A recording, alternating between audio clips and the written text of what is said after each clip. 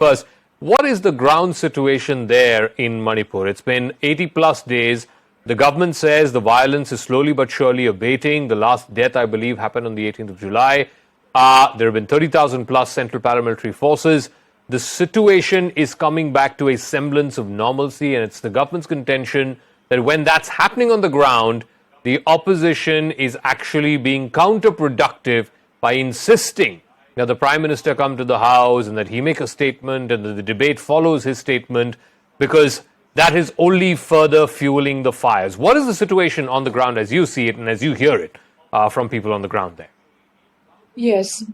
First of all, the situation on the ground is still not normal. There is a semblance of normalcy within the Imphal capital region, where there is the governor's residence or the assembly. Around that area, there is some semblance of people, the school's been open and things like that. But at the periphery, Zaka, there has been heavy fighting. There was burnings happening yesterday in Moreh town, bordering Myanmar, and today also there was intermittent firing happening in the last 24 hours. Having said that, again, that people continue to suffer under these circumstances. Today, the report of 27 women, children, young teenagers being, disappeared has come out. The families are asking for the retrieval. And more importantly, the coming of the opposition to Manipur. For me, for the people of Manipur, what we are seeing is this. Next year is elections. Both the Congress party was ruling Manipur for more than 15, 20 years. The BJP has been ruling for the last 9 years. For us, for the people of Manipur, we have lost faith in different political parties because the close alliance of people in politics, armed insurgent groups, drug traffickers, and criminals. This is what has really destroyed Manipur in the last 50 to 60 years. For us, it is not just about this political party or that political party. Okay. But political parties in general have failed to ensure the protection of one of the most beautiful and important geostrategic states of our country, Manipur. Manipuris have been defending the most easternmost boundary of our nation. But right now, Manipur is made to turn into a battleground. So this for us is a national security issue, and it's incumbent on all the political parties to ensure that they stop their blame game and ensure that they work with the people of Manipur, with both the hills and the valley, to talk about a way towards a peace process, which will ensure that 3.3 million Manipuris of the BJP this, get our that lives Bina Lakshmi has a point, when she says that this is a border state, this is a national security issue. Yes, the violence may have come down, but even today there are cases that are coming to the forefront, coming to light, of either rape cases or missing persons back from when the violence was at a peak back in May. And what this signifies, RP Singh, and this is Bina Lakshmi and other activists, their contention, is that the state completely failed at that time. So what are you doing to revive people's confidence in a critical border state? Tomorrow the India Alliance MPs are going to be there, but how many people from the BJP have gone to Manipur? RP Singh. Well, Zaka, first let me on behalf of the nation, apologize to the ma'am that all what they are suffering. We all are very sorry for it. There are no words for what has happened. We can get into reasons. She has already explained a lot of reasons behind it: the drugs, the how community clashes happen, how there's unlawful activities which are happening from across the border. We know all that, and it's not happening from last few years. It's happening from last almost 40, 50 years now. So that's one point. But issue is, Zaka, the state home minister was there for almost 20 plus days. Has been there in the state itself. The home minister himself went to the state, has tried to do whatever best in the given circumstances, and that's why things are limping back to normal. I've been told that schools have started. The government employees are almost back to work, not 100%, but 70-80% government employees are also back to work.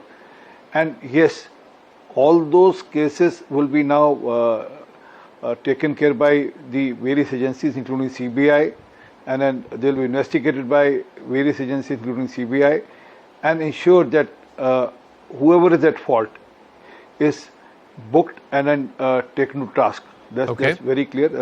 No one will be spared on that.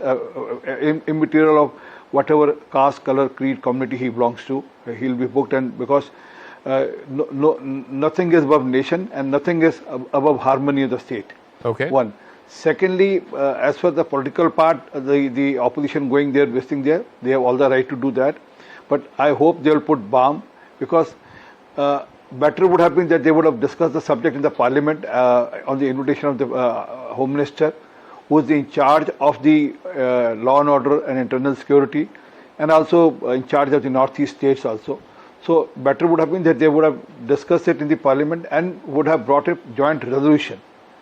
But for them, it's more of a game of politics, being one upmanship that, okay, Prime Minister should come and debate first, and although Prime Minister never denied that he would not interject in the debate, but no, first Prime Minister should start the debate, whereas it's a collective responsibility of the complete cabinet, and Home Minister is the face. Give me another second.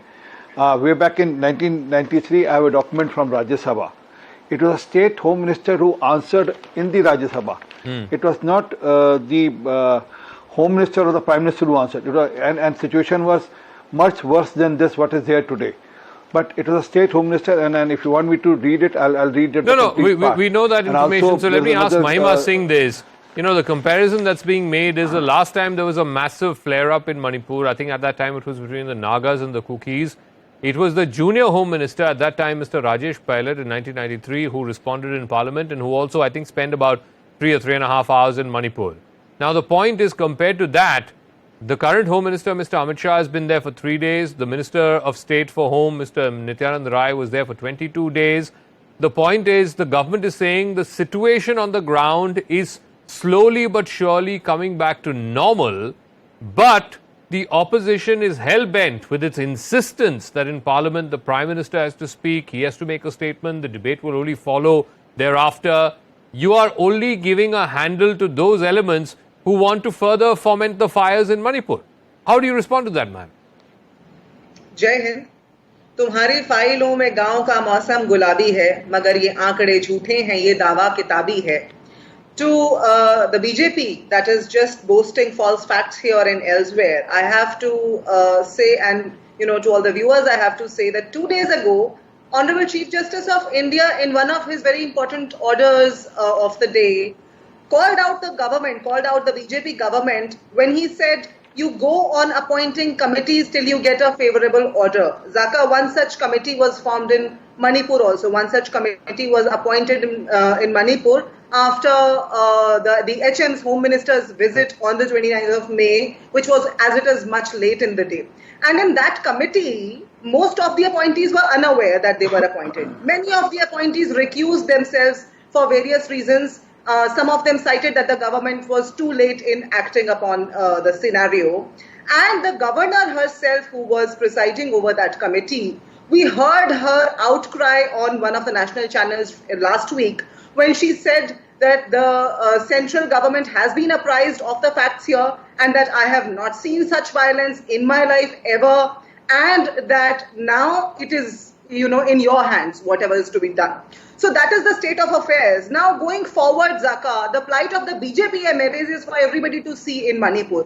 One MLA tells us that it is the central government and the state government fanning the flames of violence there. Another MLA is admitted in one of Delhi hospitals paralyzed. Has he been visited by the PM or the Home Minister or even a small worker of the BJP?